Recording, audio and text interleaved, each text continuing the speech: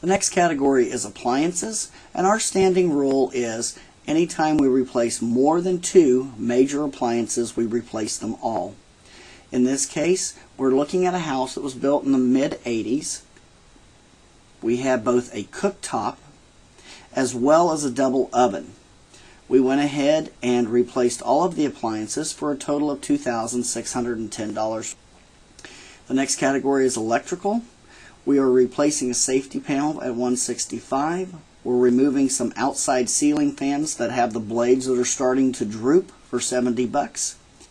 And we are reattaching the telephone box to the wall for $35, bringing the category total to $270. The next category is heating and air conditioning. Now, here in Texas, air conditioning is very important, so we have what's called a service call. It costs us $75 per unit, and all they do is come out, clean the coils, make sure the system's running correctly, make sure it has Freon, and replace the filters inside. While they're there, they will make note of any other repairs that need to be made. This allows them to give us an accurate bid if there is any significant damage that we need to have repaired in the future. Also, you'll see that the air conditioning unit was sitting too close to a fence, and so we're going to have the air conditioning repair people go ahead and pull that away from the wood fence as well. Under plumbing, we had some illegal gas lines that a previous homeowner had ran for a barbecue grill. So we've called to have those capped and to remove that barbecuer. We've also called to replace all the old and leaking sink faucets. There were 6 of them, as well as the kitchen faucet. And then we come to S&K-4. This stands for seat and kit. This is replacing the toilet seat as well as the components inside the tank that causes the toilet to flush. We have found that by replacing them for a minimal cost, we have kept ourselves from having a lot of water damage and water repairs due to these components failing after the house has been redone. The next category under plumbing is showers and tubs, and you will see an item called C&C. This stands for caulk and clean. This is having the contractor remove all the caulking where the tile meets the bathtub and going back in and recaulking this. It's for aesthetic purposes.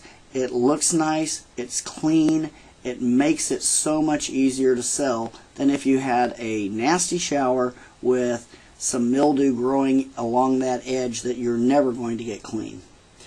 We do this in all of our wet areas. This also includes around the sinks, toilets, and the showers. Also, you'll see we called for a shower head, and then we've also called to remove a gas line that does not meet code. Category total, $23.80. Next is the roof. Roof can be an easy one or it can be really difficult, and I do not recommend you pull out a ladder and go climbing up on a roof. If you fall, you're liable for yourself. Roofs are one of those tricky things, and if there's ever a question, call for a roof inspection. Don't go up there. On this particular property, the architectural style is French Provincial. It has a lot of flat roof areas. Now, here in Houston, we get between 75 and 100 plus inches of rain a year. So why somebody would put a flat roof on a house here, I don't really know. I don't know why they do it on large warehouses. It just doesn't make sense. But they did, and because of that, water has stood on this roof in some areas, causing damage to the roof decking, and also has caused some water penetration in some of the valleys. So, just to be on the safe side, we've called for a complete new roof to be put on at a cost of $15,000. Now that will include the tear off, the new roof decking if it needs to be replaced. It'll also include the tar paper and all the squares that we need to do this job correctly. You'll also notice that we have called to replace damaged roof riser. Those are the little pipes that come through the roof. One of ours obviously looked like it had been hit by a tree, so we're going to go ahead and replace that as well. Category total, $15,055. Here's our next page under structural. Structural has a couple of big ticket items in it that you will call from time to time. I warn you to be very careful as you're not an engineer and you're not a foundation person, but two of the categories here are an engineer's report and a foundation inspection. What you're looking at is when you see a house that has obvious signs of a broken slab. I mean, you can stick your finger through the brick in the wall, you've got cracks through the center of the brick, you put a marble on the hardwood floor and it rolls one way or the other. These are all signs that the property has a foundation issue. The initial step is to have an engineering report done to determine the extent of the damage, and then you call out a foundation company to jack that slab up and put piers under it in an attempt to stabilize that concrete slab. Now, what you have to remember, there's a certain amount of liability that goes with the company that owns the property, i.e. your client, the bank. If the foundation company jacks the slab up and breaks a water line or breaks a sewer line underneath that slab, the homeowner is going to go after the foundation company, but more importantly, they're also going to name the bank that sold them the house. So it's usually in your client's best interest to reduce the price and not go forward with foundation repair. That way, the homeowner has the inspection report that says, yes, it has a broken slab. They can deal with it, and your bank reduces their liability by reducing the price. You'll also see that it has clean out gutters and fix missing gutters. These are usual repairs. If you don't clean those out, you'll get water backed up in them, which leads to rotting trim and fascia.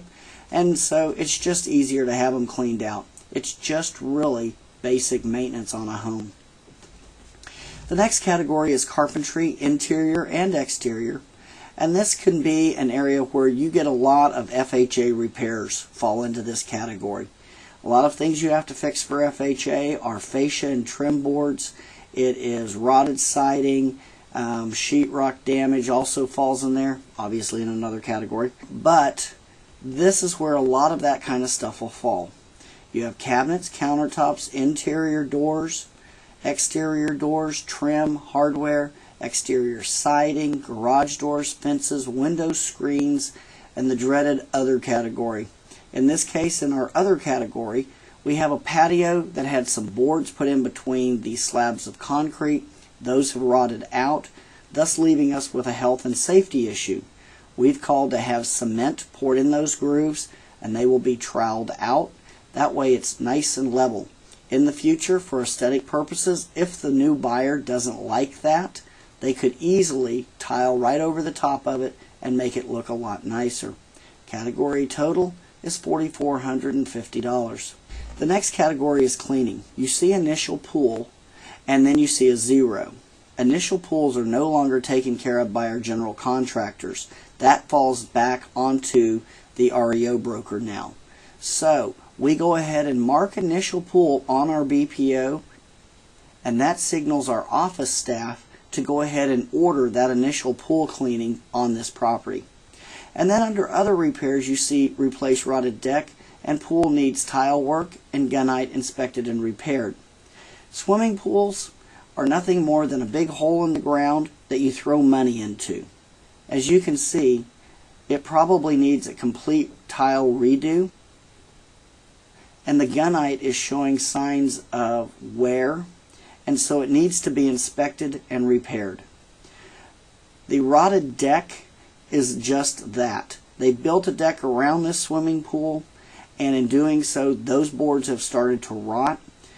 It would look kind of silly without it.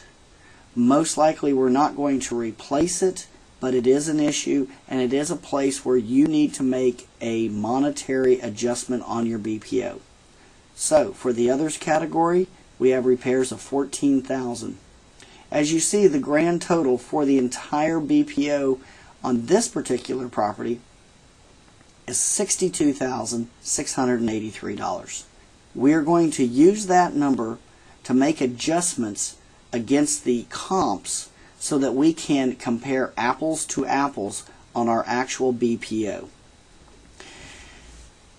So, as we wrap this up, we have some tools for you to use. If you visit www.easyreoagent.com, there's actually a worksheet that we use. It's a pricing worksheet actually that gives you unit pricing as negotiated for here in the Houston market with some of our larger banks. Now, this is nothing more than a guide, but at least it's something versus nothing. The other thing you can do is when your home inspector goes out to look at a property, go with them and start getting an idea of what they look at when they're starting to call repairs, and ask them what they think the pricing would be. The other thing you can do is when your contractor goes out there, ask them to call you, meet them out at the property, and walk it with them. Look and see what they're looking at. They can see what you're looking at. And that way you all develop a better working relationship. You're also going to see what they're going to charge the bank for the repairs they're making. This is just a little bit more information to make your future BPOs that much stronger. And finally, we have the REO Repair Calculator. This is an application for the iPad that you are able to go in and put pricing into on the back end. This allows you, as you move forwards, to be able to always charge the same price for the same type of repairs as you move forwards. As prices change, you're able to change those prices in the application. That way it always gives you a solid running format in which to do your BPO. The nice thing is this will help you make your BPOs that much stronger. And last but not least, I highly suggest you go walk your local box and home improvement store, Home Depot, Lowe's, whatever you have in your area, and get an idea of what things cost. Honestly, we're going to call a lot of the same items over and over and over again. What you need to do is just make a list of those items and start looking at what those cost to replace. How much is a doorknob? How much is a sheet of sheetrock? How much does it cost for this light or that window? This way you have a working knowledge of what it costs to repair a property. I hope these tips have been helpful. Please refer back to www.easyreoagent if you have problems. If you're part of our mentoring group, feel free to ask your coach if you have a question on how to calculate something. Thanks again, and have a great day.